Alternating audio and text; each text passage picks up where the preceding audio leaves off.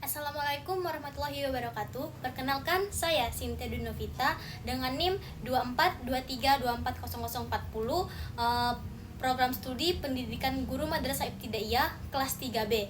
Di sini saya akan menyelesaikan UAS saya, Sejarah Kebudayaan Islam dengan Bunda Wiwinda. Di sini saya akan menjelaskan kembali makalah dari kelompok 7, 8, 9, 10, 11, 12, dan 13. Baiklah, di sini saya akan menjelaskan materi dari kelompok 7. Yang pertama, sejarah awal masuknya Islam di Asia Tenggara.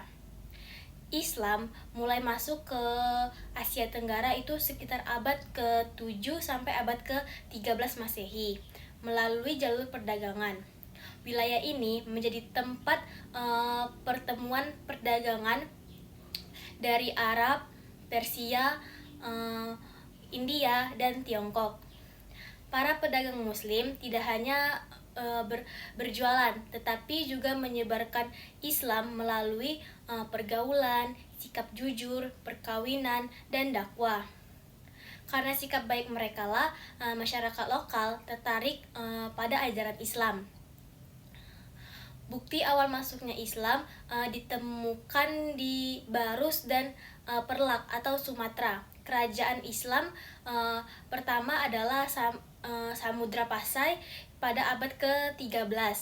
Islam juga berkembang lewat pendidikan seperti pesantren, politik, dan Islam menjadikan agama resmi di kerajaan. Adapun dampak masuknya Islam, yang pertama itu ada dampak sosial, munculnya rasa persaudaraan sesama Muslim. Masyarakat hidup lebih tertib sesuai ajaran Islam. Namun munculnya perbedaan mazhab dan tantangan dari penjajah. Yang kedua yaitu dampak budaya. Budaya lokal berkontribusi dengan Islam. Masjid atap tumpang, kaligrafi, wayang, dakwah. Munculnya karya sastra Islam seperti Hikayat Raja Pasai. Yang ketiga yaitu dampak politik. Lahir kerajaan Islam. Samudra Pasai, Malaka, Demak, Banten, dan Ternate. Raja mereka memakai gelar sultan. Islam menjadi dasar kekuasaan dan hukum. Materi yang kedua yaitu interaksi Islam dengan budaya lokal. Islam masuk ke Asia Tenggara secara damai, terus bertemu dengan budaya Hindu, Buddha, dan tradisi lokal. Proses ini menghasilkan akulturasi, yaitu perpaduan budaya yang tidak saling bertentangan. Yang pertama yaitu seni dan arsitektur. Masjid awal memakai gaya lokal, atap, joglo, dan lain sebagainya. Yang kedua yaitu tradisi sosial dan tradisi lokal, seperti selamatan berubah menjadi bernuansa Islam. Perayaan Maulid disesuaikan dengan budaya masing-masing. Yang ketiga yaitu bahasa dan sastra. Banyak kata Arab masuk ke bahasa Melayu. Munculnya sastra Islam seperti syair-syair tasawuf Hamzah. Pendidikan Islam memakai bahasa daerah untuk dakwah. Yang keempat yaitu politik dan hukum. Raja memakai gelar sultan dan memerintah dengan nilai Islam. Lanjut materi dari kelompok 8. Materi yang pertama yaitu proses penyebaran Islam di Asia Tengah. Asia Tengah sejak awal adalah pusat perdagangan jalur sutra dan Duni. Berbagai etnis serta agama seperti Buddha, Kristen, dan Turki Islam masuk ke kawasan ini secara bertahap melalui penaklukan perdagangan, dakwah ulama, dan kegiatan sufi lainnya. Yang pertama itu periode awal, abad ke-7 sampai abad ke-8 Masehi. Setelah Persia Sassanid runtuh, wilayah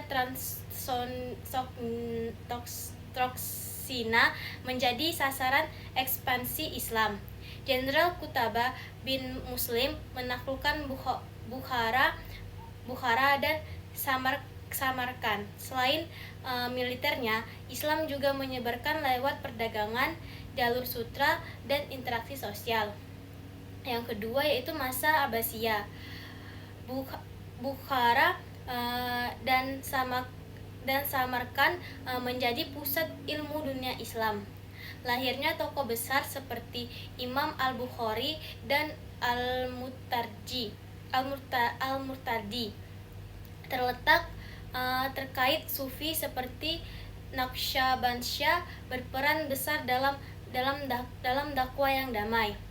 Yang ketiga, abad pertengahan dinasti Samanid.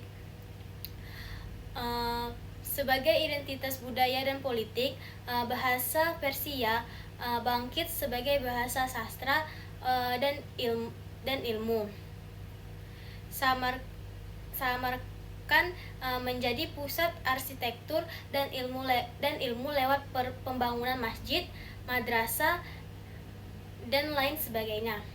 Materi yang kedua yaitu pengaruh Islam terhadap kebudayaan lokal dan sosial. Yang pertama yaitu transformasi budaya dan bahasa. Bahasa Arab dipakai untuk ilmu agama, sementara Persia dan Turki tetap hidup dan berkembang. Terjadi akulturasi budaya lama tetap ada tetapi bernuansa Islam. Yang kedua itu perkembangan ilmu dan pendidikan. Madrasah, perpustakaan, dan observatorium melahirkan ilmuwan besar seperti Al-Khawarizmi bin Sina. Yang ketiga yaitu perubahan sosial syariat Islam. Menggantikan hukum adat lama, Islam memperkuat persatuan antara etnis melalui hak-hak perempuan lebih diakui dibandingkan masa pra-Islam. Yang keempat yaitu seni dan arsitektur. Lahir masjid bergaya khas Asia Tengah. Lanjut materi yang kelompok 9. Yang pertama yaitu proses masuknya Islam di Indonesia. Sebelum Islam datang, masyarakat Nusantara sudah menganut agama Hindu, Buddha, dan agama lainnya. Mereka sudah memiliki budaya, adat, serta jalur perdagangan internasional yang ramai. Karena letak Indonesia yang strategis, banyak perdagangan Arab, Persia, India, dan Cina datang ke pelabuhan Nusantara. Dari pertemuan inilah Islam mulai dikenalkan secara damai.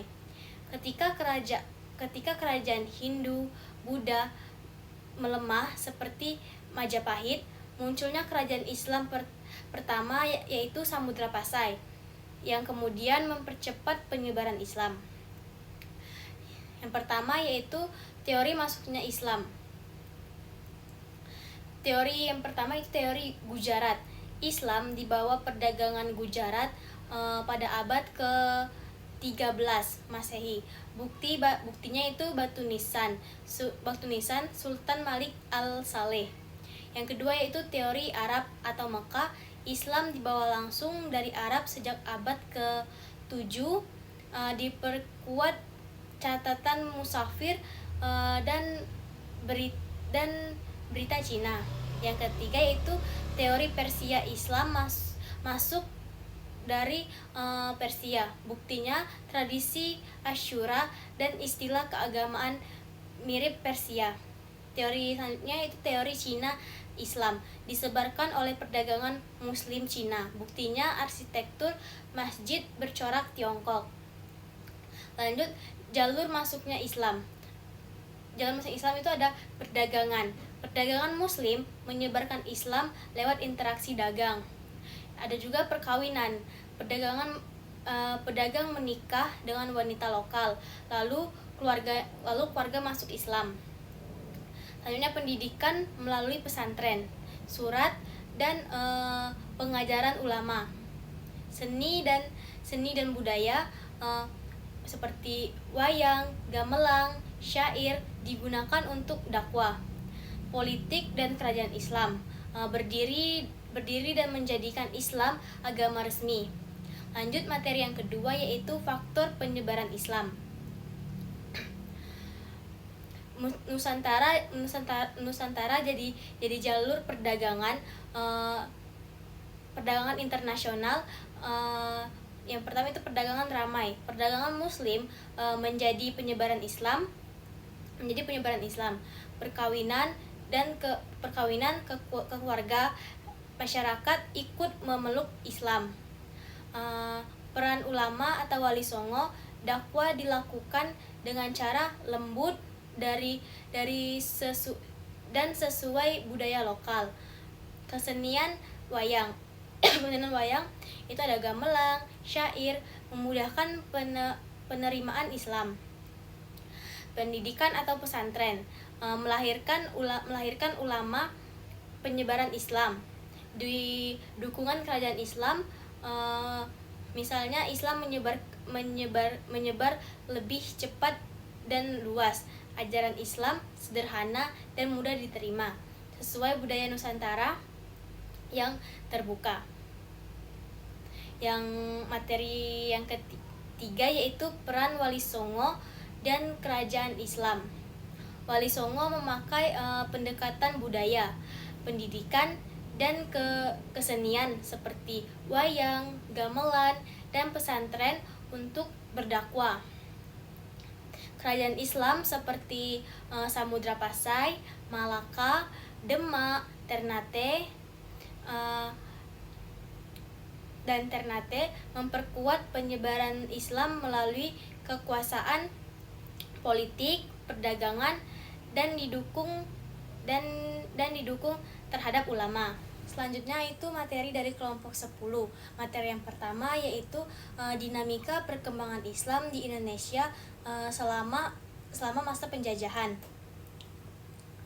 Fase yang pertama itu fase awal, itu pada abad ke-7 sampai abad ke-13.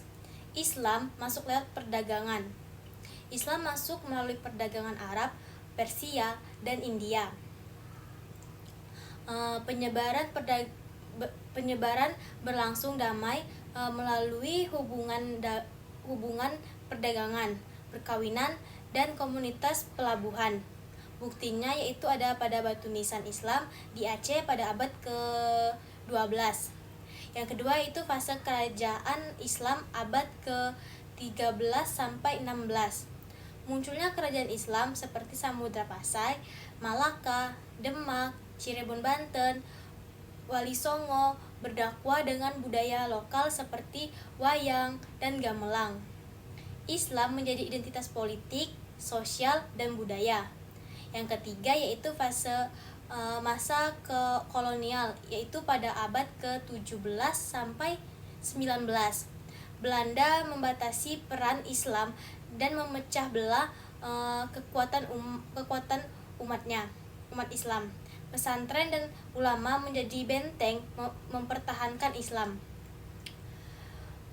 Terus fase yang keempat yaitu fase modern. Itu pada abad ke-20 sampai 21. Islam berkembang pesat setelah Indonesia merdeka.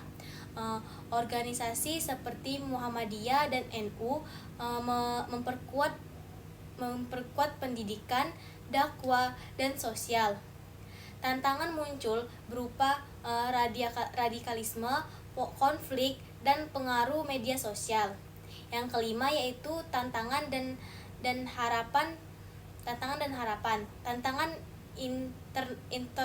internalisasi radikal dan ketimpangan sosial. Harapannya memperkuat pendidikan agama yang moderat, toleransi dan kurikulum. Materi yang kedua yaitu peran ulama dari organisasi Islam. Yang pertama yaitu peran ulama menyebarkan rakyat tentang ketidakadilan penjajahan. Pemimpin gerakan non-kooperatif terhadap Belanda mengeluarkan bahwa untuk melawan penjajahan, pemimpin perlawanan fisik seperti Diponegoro, Imam Bonjol dan lain sebagainya mendorong persatuan nasional dan mempertahankan kemerdekaan. Selanjutnya yaitu yang kedua yaitu peran organisasi Islam. Yang pertama yaitu menghubungkan kesadaran nasional. Contohnya itu Sarekat Islam menumbuhkan kesadaran untuk melawan penjajahan. Yang kedua itu pendidikan. Yang kedua itu pendidikan. Muhammadiyah pendidikan modern, sekolah, rumah sakit. NU pergaulan penguatan pesantren, madrasah dan kader ulama. Selanjutnya yaitu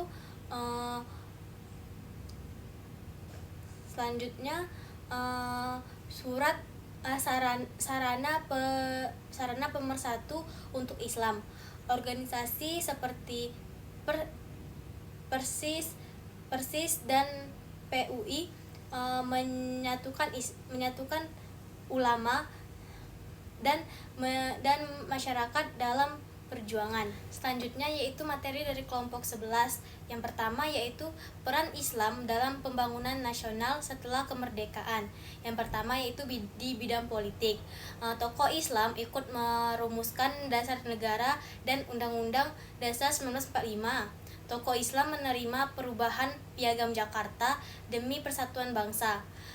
Partai Islam PSII berperan dalam dinamika politik awal Indonesia. Islam menjadi kekuatan moral dalam pemerintahan dan kehidupan bernegara. Yang kedua yaitu bidang pendidikan. Pesantren dan madrasah menjadi pusat pendidikan sejak sebelum kemerdekaan. Yang pendidikan Islam melahirkan ulama, intelektual, dan profesional yang mendukung pembangunan nasional. Yang ketiga itu di bidang sosial dan budaya. Islam menanamkan nilai persaudaraan, keadilan, dan gotong royong. Banyak lembaga sosial Islam, rumah sakit, partai, zakat, dan infak. Yang keempat itu bidang ekonomi. Islam mengajarkan ekonomi adil, anti riba, dan pro rakyat kecil. dan zakat atau infak membantu pemberdayaan ekonomi dan pengertian kemiskinan. Yang kelima itu menjaga persatuan bangsa. Islam menaklukkan ukhuwah Islamiyah dan Ihsaniyah. Selanjutnya yaitu yang keenam pembangunan moral dan karakter. Islam menanamkan kejujuran, disiplin, kerja keras, dan tanggung jawab. Dakwah ulama membantu membangun masyarakat berakhlak dan bermoral. Materi kedua itu kontribusi organisasi Islam. Pertama di bidang pendidikan, NU memperkuat pesantren, madrasah dan mendidik universitas. Muhammadiyah pelapor sekolah modern.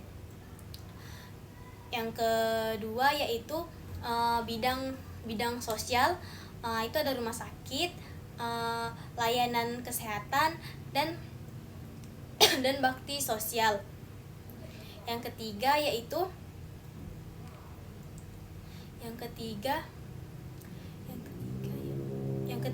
di bidang politik. Tokoh organisasi Islam terlibat dalam BPUPKI dan PPKI.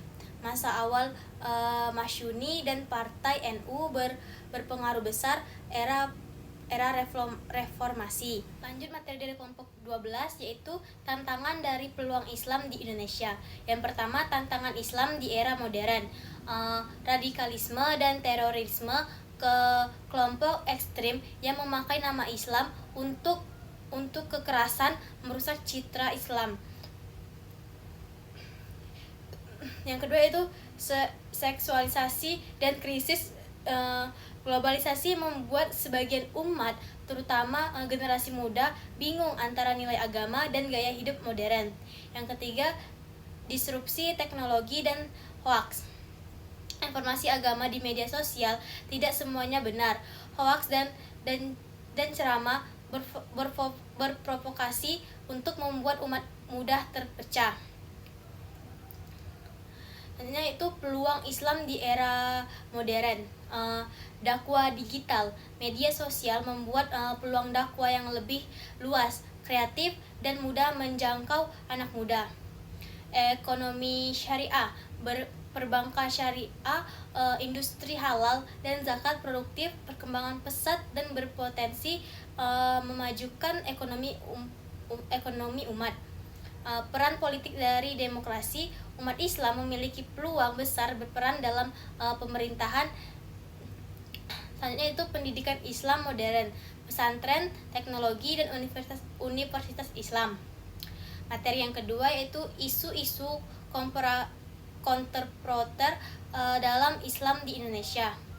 Radikalisme muncul karena pemahaman agama sampai dampaknya mengganggu stabilitas dan merancang nama Islam. Yang kedua itu modernisme dari pemburuan pemikiran Islam, membawa sekolah modern, pemikiran rasional dan pendidikan. Yang ketiga itu pluralisme dan toleransi. Indonesia beragama adab yang melihat pluralisme sebagai kewajiban menjaga kurikulum. Yang keempat itu peran media sosial dalam Islam. Media sosial memudahkan dakwah, tetapi juga sering dipakai menyebarluaskan dan ide radikal. Literasi digital penting agar umat tidak mudah terpengaruh. Selanjutnya materi kelompok terakhir yaitu sumbangan Islam terhadap ilmu pengetahuan, seni, arsitektur, dan budaya global. Peradaban Islam abad ke-7 sampai ke-13 Masehi menjadi pusat ilmu dan budaya dunia. Dorongan Al-Quran untuk membaca dan berpikir melahirkan banyak ilmuwan serta karya besar. Yang pertama yaitu ilmu pengetahuan. Itu ada kedokteran. Kedokteran adalah Al-Razi dan Ibnu Sina mengembangkan diagnosis, farasi dan sistem rumah sakit modern. Matematika itu Al-Khwarizmi menciptakan aljabar. Astronomi di Al-Batani dan observatorium. Fisika itu Ibnu Al-Hiyam menjelaskan cahaya dan dari cahaya kamera. Sosial itu ada Al-Farabi dan Ibnu Khaldun. Yang kedua itu seni. kaligrafi sebagai seni ulama Islam, musik dan puisi, musik Andalusia dan puisi Sufi mendunia, sastra hikayat seperti 1001 malam. Yang ketiga itu arsitektur. Ciri khasnya yaitu kubah, menara, lingkungan, ornamen, contohnya yaitu Masjid Cordoba, Taj Mahal, Masjid Demak, Menara Kudus. Budaya global, pendidikan lahirnya madrasah dan universitas kuno.